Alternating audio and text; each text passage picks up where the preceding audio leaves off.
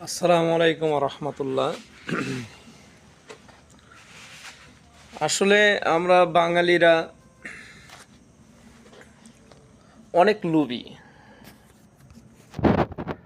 কারণ আমরা লোভে এমনভাবে ডুবে থাকি যে আমরা নিজেরা কর্ম করে খেতে চাই না, ভিক্ষা করে খেতে চাই।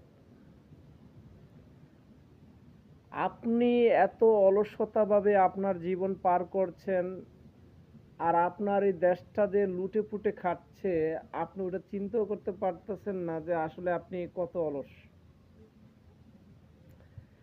যেখানে আপনি চেতনা বিক্রি করে উন্নয়ন উন্নয়ন বলে লক্ষ লক্ষ টাকা ঋণ করে, যা সাধারণ মানুষের উপরে 2 লক্ষ টাকা ঋণ আছে, সেখানে আপনি উন্নয়ন বলছেন পদ্মা সেতু, মেট্রো রেল এগুলা দেখিয়ে।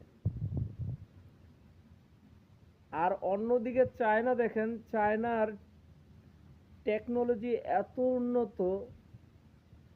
আপনি এখানে একটা খাবার অর্ডার দিবেন, ওই বাইকে করে, মোটর সাইকেলে করে, সাইকেলে করে আপনার খাবার ডেলিভারি দেওয়া লাগবে না। ওরা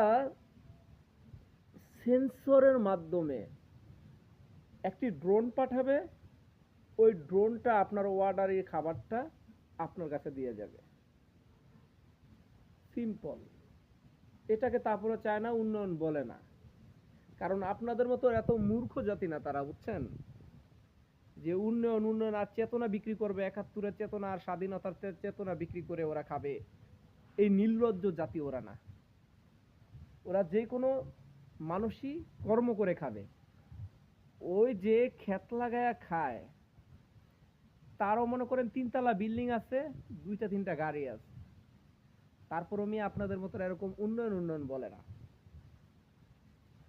খান তো মিয়া হুটকি দিয়া ভত্তা দিয়া ভাত, কিন্তু গরম গরম কথা আছে, উন্নয়নের কথা আছে।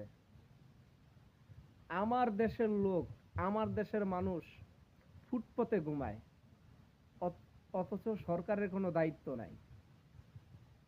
কথা বোঝেন নাই? এটা হলো উন্নয়ন। তো তাদের যদি আবার কোনো পত্রিকা পড়েন, কিবা কাজে কর্মে বলেন, কিবা আপনার উন্নয়নের দিকে বলেন, বাংলাদেশে না ওই 100%-এর 2 অংশ নাই। যেখানে তারা পারমাণবিক বিদ্যুৎ কেন্দ্র নিজেরা তৈরি করে, পারমাণবিক বোমা, সরঞ্জাম, অস্ত্র নিজেরা তৈরি করে, আর সে জায়গায় পারমাণবিক বিদ্যুৎ এই অস্ত্র কেন্দ্র আছে বাংলাদেশে